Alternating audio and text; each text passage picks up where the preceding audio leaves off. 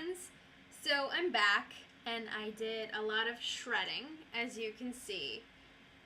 So what I did is I actually just used the regular attachment to my food processor, and I chopped up the carrots a little bit, chopped up I didn't do the purple cabbage, I only did the head of the green cabbage, and make sure you take out the core before you chop it up.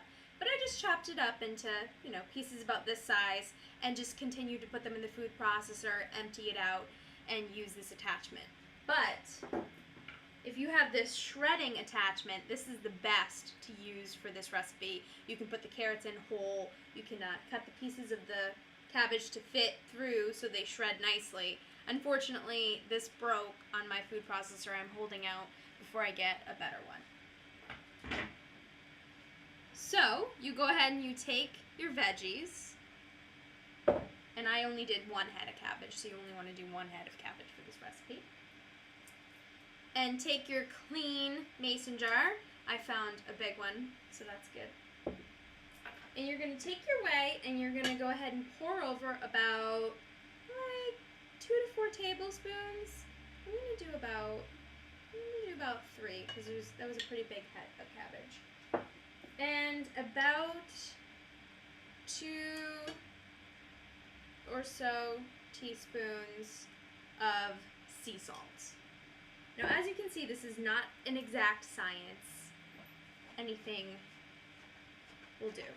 And if you have some anger pent up, this is the recipe for you, because you're gonna beat the crap out of this cabbage. I'm just using a wooden spoon. If you have a potato masher or something like that, that works. But what you're gonna do, or what you're trying to do, is release all of the juices. And so after I do this for a little bit, I'm gonna actually use my hands. This is gonna get real messy. So cultured veggies are amazing because they have the probiotic benefits that you would typically think of yogurt or kefir to have. But it's not all about the dairy, it's all about the vegetables. And they increase the digestibility of anything, really. I actually, on a great day for me, I like to have veggies for breakfast, lunch, and for dinner. Now, that was a big transition for me, so now I'm going to use my hands to get messy. That was a big transition for me because I love sweet, sugary foods for breakfast, as does anybody. But when I have some eggs, say 2 eggs, with some steamed kale, a big old dollop of cultured butter, and some cultured vegetables, it sounds strange, but it's really, really delicious, and it makes me feel incredible. It just makes me feel sexy. So, now I don't know how I'm going to do this, but I'm going to show you somehow. So you can see, when I push down, see all those good juices coming up? That's what you want. That's the good stuff. For this recipe, like I said, you can use either type of cabbage. Cabbage is kind of the base to this, so you definitely want to use it. And then you can add in Swiss chard, spinach, kale, whatever you have on hand. You can do radishes, celery, a little bit of sweet potato, carrot, whatever you want, but just keep in mind, if it's your first time, you probably want to keep it pretty mild.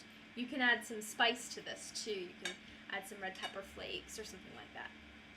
Alright, I'm going to quickly rinse my hands.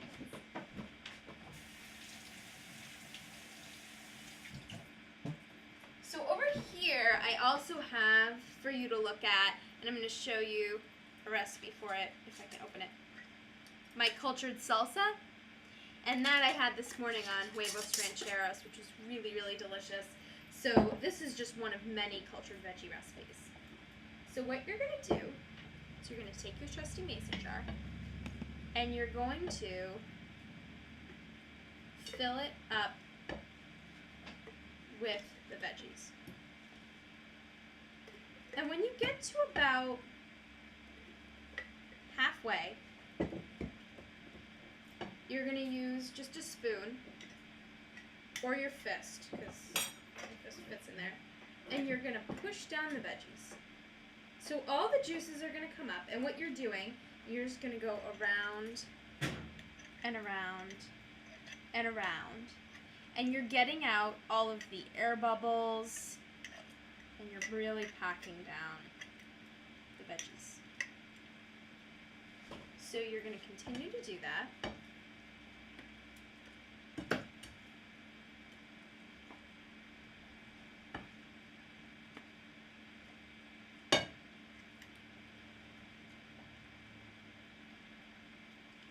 They have cool tools for this too, but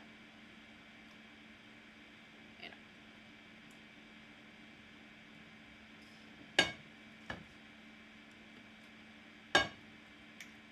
Do about one more scoop. Now, here's the thing.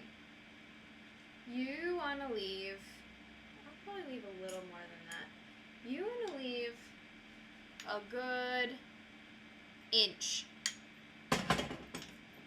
or more. I generally leave 1.5 inches, 2 inches sometimes, because these bad boys go crazy and they grow up. And so what will happen is that if you don't leave that space for them, it'll explode. So it'll turn your science project even more into a science experiment, which is fine. If it explodes, just take a little bit out. It's fine. Wipe it off and go from there. So you see right there, I've pushed it down, and what I like to do too is just take a little leftover leaf and you just kind of put it on top. Take a clean lid, and there you have it. What you do with these now is you leave them out on your kitchen counter at room temperature for up to 7 days. Now, generally I do about 4 or 5 days, sometimes as little as 3 if your kitchen is really hot in the summer. And what you can do, honestly, is you can just open it up, smell it. They're gonna, like I said, they're gonna grow up, and it might smell a little sour, a little vinegary. That means it's working. You'll see some bubbles sometimes, and just give it a taste. And the longer you let it ferment, the stronger the flavor's going to be. But you probably want it to sit out for at least 4 days. And then you put them in your fridge and they last for months. So there you have it. Cultured veggies, delicious, nutritious, and sexy. It doesn't get better than that. Thank you so much, friends, for watching. I hope you learned a lot, and I'll look forward to making more videos. Thanks for following thelocalapple.com.